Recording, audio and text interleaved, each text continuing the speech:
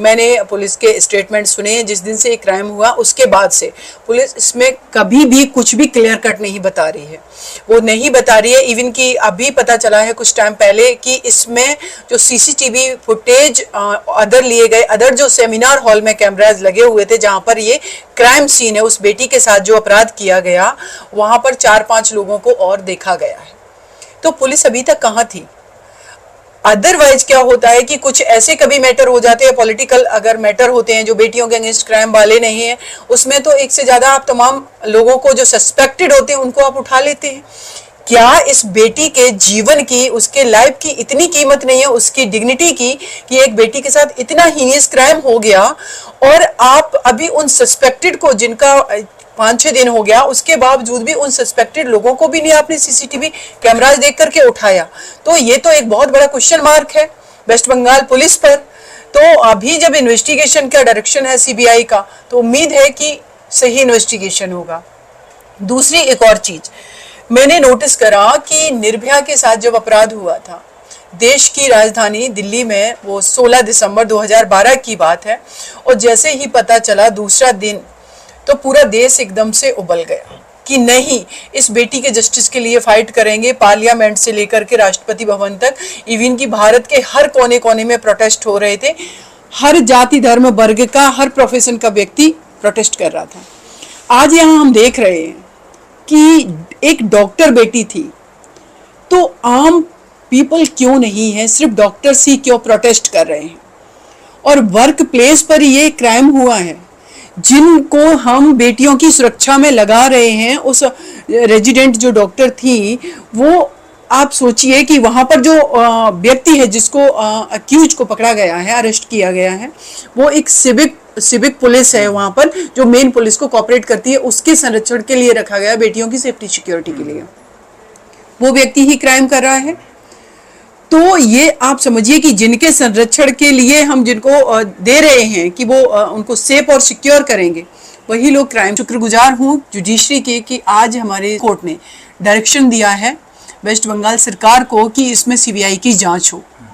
तो अब मुझे उम्मीद लग रही है कि शायद सीबीआई की जब जांच होगी तो सारी चीज़ें जो सही एक्चुअल में जो क्राइम जिन लोगों ने किया है, जो एक्चुअल कल्प्रिट है, उनके नाम भी सामने आएंगे। तो अभी तक तो मुझे यही समझ में आ रहा है। पता चला है कि पुलिस का बिल्कुल, ये पुलिस की नेग्लिजेंसी है, ये वहाँ के एडमिनिस्ट्रेशन की और वहाँ की गवर्नमेंट की ये नेग्लिजेंसी है। कि अगर गवर्नमेंट की नेग्लिजेंसी नहीं होती तो डेफिनेटली कि एक ऐसे व्यक्ति को, जो अभी तक के इस केस के फैक्ट हैं, उसके आधार पर यही कहा जा सकता है कि आपने एक ऐसे व्यक्ति को अपॉइंट कर दिया वहां पर, जो कि ऑलरेडी, जैसे मुझे पता चला है कि उसका जो बैकग्राउंड अगर देखा जाए कि वो क्रिमिनल माइंडसेट का ही व्यक्ति है। उसने कई शादियां करी और उन फीमेल के साथ भी उसने गलत तरीके से व्यवहार किया और उनको फिर छोड़ा। ये सारी चीजें तो आप कोई रिकॉर्ड ही चेक नहीं कर रहे हैं। तो बिना रिकॉर्ड चेक किए कि जिसको हम सेफ्टी सिक्योरिटी के लिए लगा रहे हैं, वो व्यक्ति का कंडक्ट क्या है, तो ये किसकी रिस्पॉन्सिबिलिटी है? तो इसमें तो मुझे लगता है कि ये जिस एरिया में, जिस थाने के अंतर्गत आता है, वहाँ पर तो सस्पेंड किया जाना चाहिए था। और इसके लिए जो डॉक्टर्स वहाँ प्रोटेस्ट करे कि सबसे पहले तो माफ़ी मांगे इस चीज़ के लिए कि आपकी नेग्लिजेंसी की वजह से एक बेटी के साथ इतना हीनियस क्राइम हो गया, क्योंकि आपने एक गलत व्यक्ति को अपॉइंट किया, पहली बात। दूसरी कि जिस तरीके से पोस्टमार्टम रिपोर्ट में इंजरीज हैं, उससे ये लगता है कि ये गैंगरेप का मैटर है। तो जब ये गैंगरेप का मैटर है तो अभी तक पुलिस कर क्या रही है? अदर एक्यूज्ड जो हैं उनको क्यों नहीं अरेस्ट किया है? तो ये भी एक बहुत बड़ा सवाल है। तीसरा इंपॉर्टेंट चीज इसमें जो आ रही है कि वहाँ की पुलिस को, मुझे लग रहा है, सब कुछ पता है, लेकिन वो डिस्क्लोज नहीं कर रहे हैं, क्योंकि अगर उन्होंने डिस्क्लोज किया उस चीज को तो उंगली उनके ऊपर ही उठेगी। तो ये बहुत बड़ी बात है कि कभी कभी जब भी कोई ऐसे क्राइम होते हैं तो पुलिस खुद दबाने की कोशिश करती है कि जनता का गुस्सा ना फूटे। लेकिन आज भी जरूरत है पूरे देश को यूनाइट होने की, क्योंकि हर घर की बेटी, एक तरफ हम बेटियों को एम्पावर्ड करने की बात करें तो हर घर की बेटी काम करना चाहती है, बाहर निकलना चाहती है। उसको हमें सिर्फ एम्पावर्ड फिनेंशियली नहीं करना है, उसकी जान को भी बचाना है, उसको ऐसे अपराधियों से भी बचाना है जो इतना हीनियस क्राइम कर रहे। तो ये कलेक्टिवली सबकी रिस्पॉन्सिबिलिटी है। लेकिन सिर्फ ये कह देना कि ये तो पल्ला झाड़ने जैसा हो गया है। और वेस्ट बंगाल में आए दिन मैं सुनती रहती हूँ, मेरे पास उससे पहले भी एक, जब निर्भया के साथ हुआ उसके बाद भी एक बेटी के साथ गैंगरेप का केस हुआ था। अभी जब इलेक्शन का टाइम था उससे पहले भी एक वो टीएमसी के कोई नेता थे जो मुस्लिम कम्युनिटी से आते थे, उन्होंने रेप करा था। वो मैटर भी काफी मीडिया में आया, सारी चीजें वो। तो आए दिन ऐसा होता जा रहा है और आप एक पल्ला झाड़ ले रहे हैं कि हम इनको डेथ पेनल्टी कराएंगे। क्या देश के लोग बेवकूफ हैं कि डेथ पेनल्टी कह देना, और ये निर्भया केस में मैंने फील किया, और डेथ पेनल्टी से अवॉर्डेड करा के उसको एग्जीक्यूट करा देना इस देश के अंदर आसमान के तारे तोड़ने के बराबर है। और वो हम सभी ने देखा कि निर्भया केस में 7 साल 3 महीने लग गए थे। इस देश में पहली बार ऐसा हुआ था कि 4 लोगों को एक बार फांसी की सजा एक केस में दी गई है, उससे पहले कभी नहीं हुआ। वो इतना आसान नहीं था। हम अपराधियों से लड़ते लड़ते हमें सिस्टम से लड़ना पड़ा था। और इस बिटिया के साथ जो अपराध हुआ है, इसमें भी उन अपराधियों को तो पहले हमें सिस्टम सही से खोज के दे दे कि actual culprit, number of culprit एक नहीं, एक से ज्यादा है। जब वो देंगे तब तो सही मायने में उस बेटी के साथ जस्टिस होगा। अदरवाइज जिसको आपने ढूंढ करके दे दिया, उसने कन्फेस भी कर लिया पुलिस के सामने, और पुलिस की कन्फेशन की जो अकाउंटेबिलिटी जो कहेंगे उसकी एक रिस्पॉन्सिबिलिटी, अकाउंटेबिलिटी वो उसकी नहीं है उतनी कि जो कल्प्रेट पुलिस के सामने हो सकता है डर की वजह से एक्सेप्ट कर लिया। एक्चुअल में इसमें कोई और भी एंगल हो, एक्चुअल में किसी और को भी बचाया जा रहा हो, इसलिए इसको भी आगे कर दिया गया हो, ये चीजें भी हो सकती हैं। तो इसीलिए सीबीआई जांच जरूरी थी।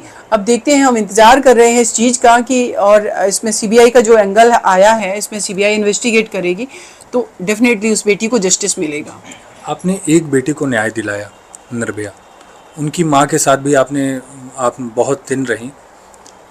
यहाँ एक कोलकाता रेप केस का जो आरोपी है, उसकी माँ का कहना कि मेरे बेटे ने ऐसा कुछ काम नहीं किया, उसके ऊपर आरोप लग रहे हैं, उसे दबाव के अंदर वो किया जा रहा है। तो क्या अगर ये आरोपी जो एक्सेप्ट कर ले रहा है डायरेक्ट कि मैंने रेप किया है, तो क्या लग रहा है कि माँ क्या सोच रही है? देखिए उत्कर्ष जी, अगर हम इस पर डिटेल बात करें सोसाइटी के स्ट्रक्चर की, तो इस देश के अंदर जो माँ है, उनका बेटा आतंकवादी हो, उनका बेटा कितना भी बड़ा मर्डरर हो, कितना भी बड़ा क्रिमिनल हो, कितना भी बड़ा रेपिस्ट हो, वो उसको प्रोटेक्ट करना चाहती है। ये माइंडसेट है। तो उसकी माँ की बातों पर वो, उनकी माँ कह रही कि मेरा बेटा तो इसमें नहीं है, तो भाई फिर कैसे? जो अभी पुलिस की भी एक इन्वेस्टिगेशन आई है कि ब्लूटूथ से कनेक्ट हो गए, उसके वहां पर वो पाए गए हैं, तो ये तो कंफर्म है कि वो वहां मौजूद था और वो उस जगह पर मौजूद है जहां पर डेड बॉडी है उस बिटिया की। तो इसको हम बाहर तो नहीं कर सकते, माँ की बात पे नहीं जा सकते। अब दूसरा अगर एंगल की बात करें कि जो ये लड़ाई है बेटियों को सेफ्टी, उनकी सिक्योरिटी की लड़ाई है, ये घर के अंदर भी माओ को भी लड़नी पड़ेगी। अगर उनके बेटे कल्प्रेट हैं तो उन माओ को आगे आकर के अपने बेटों को ना पुलिस को देना पड़ेगा कि ये एक देश की बेटी के स्वाभिमान, सम्मान, उसके जीवन की, उसके सेफ्टी सिक्योरिटी की लड़ाई है। तो ऐसे अपराधी कहीं पर भी हों, किसी के घर में भी हों, उनको फ्रंट पर जिस दिन कर दिया माओ ने, बहनों ने, तो मुझे लगता है कि आधी लड़ाई तो हम ऐसे ही जीत जाएंगे। लेकिन उनको प्रोटेक्ट करने आ जाते हैं। और मैंने बहुत सारे केसेस में ये नोटिस किया है, चाहे पॉलिटिकल मैटर हो, 1-2 हुए। अगर हम बात करें उत्तर प्रदेश में एक सेंगर जो थे, उनका केस था, उसमें उनकी वाइफ आकर के प्रेस कॉन्फ्रेंस कर रही, मेरे पति ने ये नहीं किया। अब इसके पीछे कारण ये भी, अगर और हम बैकग्राउंड में जाएंगे, कि उस घर को मेंटेन करने वाला बेटा है। अब वो बेटा क्रिमिनल है, पति क्रिमिनल है, उससे हमें लेना देना ही नहीं है। वो एक हमारी कॉमन जो लड़ाई है इस जेंडर को उसके प्रति सेंसिटिव बनाने की, उसको प्रोटेक्ट करने की, वो उनके लिए गॉड है, उससे कोई मतलब नहीं है। उनको मतलब है कि अगर ये व्यक्ति जेल चला गया, चाहे वो कितना भी बड़ा अपराधी है, तो मेरा क्या होगा। तो एक तरफ उनको भी हमें इतना एम्पावर्ड और इतना हमें लॉजिकल बनाना है कि वो दूसरे घर की बेटी के सेफ्टी सिक्योरिटी के बारे में सोच पाए, ना कि अपने घर के बेटे को प्रोटेक्ट करने के बारे में।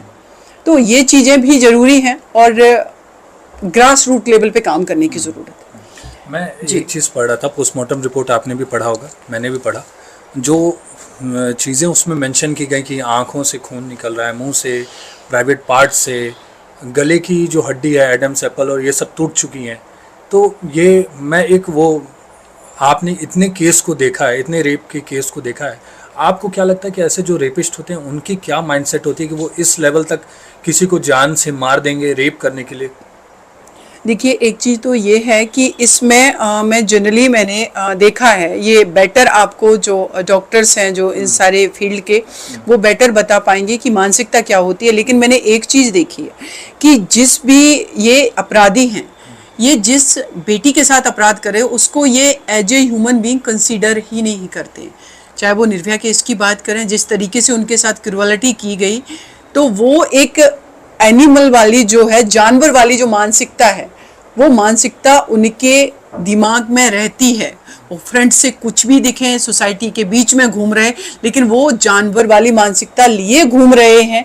तभी जब उनको मौका मिलता है, और ऐसी हमारी कोई बेटियां ऐसे प्लेस पर या कहीं पर भी, बस में, स्कूल कॉलेज में, कहीं पर भी होती हैं, तो उनके साथ ये अपराध होता है। तो ऐसी मानसिकता वाले लोगों की वो मानसिकता क्यों पनप रही है? क्या हमारी अपब्रिंगिंग में वो कमी है? क्या हमारे स्कूल कॉलेज, जहाँ पर हमें मोरलिटी की डेफिनेशन को बना करके हमें जो मोरलिटी सिखानी है, हम क्या उस पर काम कर रहे हैं? क्या हम उस इथिक्स पे काम कर रहे हैं कि एक बच्चे के साथ स्कूल में बैठने वाली दूसरी बच्ची वो ह्यूमन बीइंग है, ना कि वो एक ऑब्जेक्ट है, ना कि वो एक डिफरेंट जेंडर है। वो डिफरेंट जेंडर हो सकती है, लेकिन है तो ह्यूमन बीइंग। तो हम उसके प्रति उसको सेंसिटिव नहीं बना रहे हैं, और उस बेटी को हम उस तरीके से नहीं बना रहे कि वो सोसाइटी का मेन रोल में आ सके। उसको हम अपब्रिंगिंग में एक को गुड़िया दे रहे हैं, दूसरे को वेपन दे रहे हैं।